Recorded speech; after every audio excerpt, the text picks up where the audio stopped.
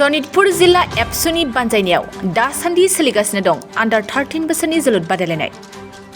बे गेलेनायनि जोबथा मेच एबा फाइनाल मेच गेलेनाया गाबोन जागोन। सनितपुर जिल्ला एबसुनि बानजायनायाव बड'फा गोजोरथियारि सोलायनाय मावथांखिनि गेजेरजों आन्डार 13 बोसोरनि जोलुर बादायलायनाया फैयै गाबोन जोबथा गेलेनाय जागोन।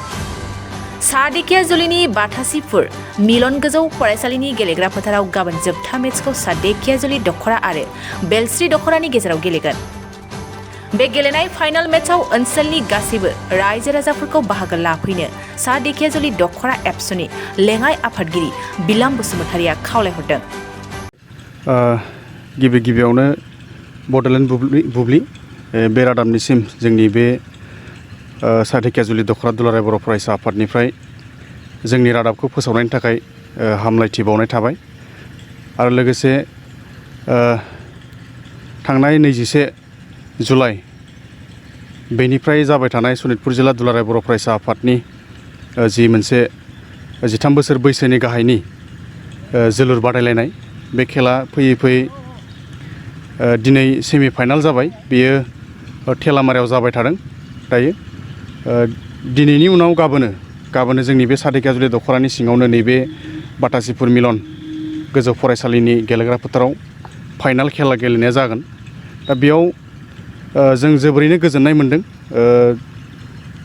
21 जुलाइनिफ्राय बिनि उनाव जोंनियाव डिस्ट्रिक्टनि खेला बेयाव खननै जाखांबाय। जों खुंना हरनानै जोबोद गोजोननाय मोन्दों आरो गाबोनबो जोङो फाइनाल खेलखौ जों खुंनो मोनबावसिगोन सादेकियाजुलि दखरा दुलाराय बर' फरायसा हिसाबै।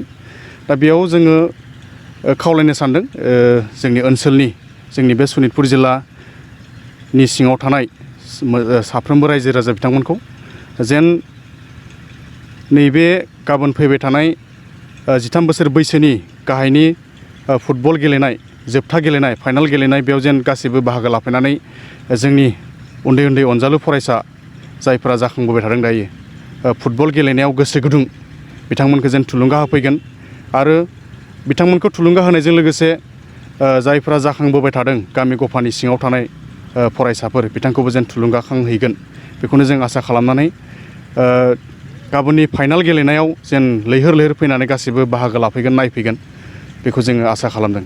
जोङो खावलायनो लुगैबावदों जाय बिथांमोना दिनैसिमबो हयथ' मिथियाखै सनितपुर जिल्ला दुलाराय बर' फरायसा आफादा थांनाय 21 जुलाइनिफ्राय बड'फा गोजोरथियारि सोलायनाय मावथांखि बे थांखिनि जोहै दुलाराय बर' फरायसा आफादनि बिथोन बायदियै जि मोनसे 13 बोसोरनि गाहायनि जोलुर बादायनाय बेखौ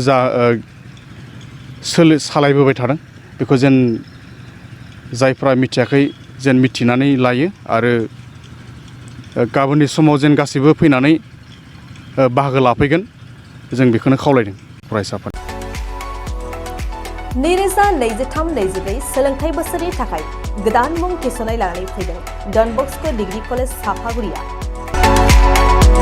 देग्लायनिफ्राय डन बस्क' डिग्री कलेज साफागुरियाव बेचलर अफ आर्ट्स एबा BA नि सेथि सेमिस्टारनि गोदानै मुं थिसननाया दायो सोलिगासिनो दं। चिरां जिल्लानि साफागुरियाव थानाय डन बस्क' डिग्री कलेजआ देग्लायनिफ्राय BA थाखोनि सेथि सेमिस्टारनि थाखाय गोदानै एडमिसन लानायजों लोगोसे बड', इक'नमिक्स, इंलिश, एडुकेशन, हिस्टरी आरो पलिटिकल साइन्स आयदानि थाखाय BA अनार्सनिबो खाबु दं। गोग्गो सोलोंथाइनि थासारिजों लोगोसेयैनो डन बस्क' डिग्री कलेज साफागुरियाव आलादायै हौवा हिन्जावनि थाखाय हस्टेलनि खाबुबो दं। जुदि फरायसाफोरा डन बस्क' डिग्री कलेज साफागुरियाव BA सेथि सेमिस्टारनि थाखाय गोदानै एडमिसन लानायनि सायाव आबुं बाथ्राखौ मिन्थिनोब्ला नैबे मबाइल नम्बर 9365519559 आव थोंजों सुला लानो हागोन।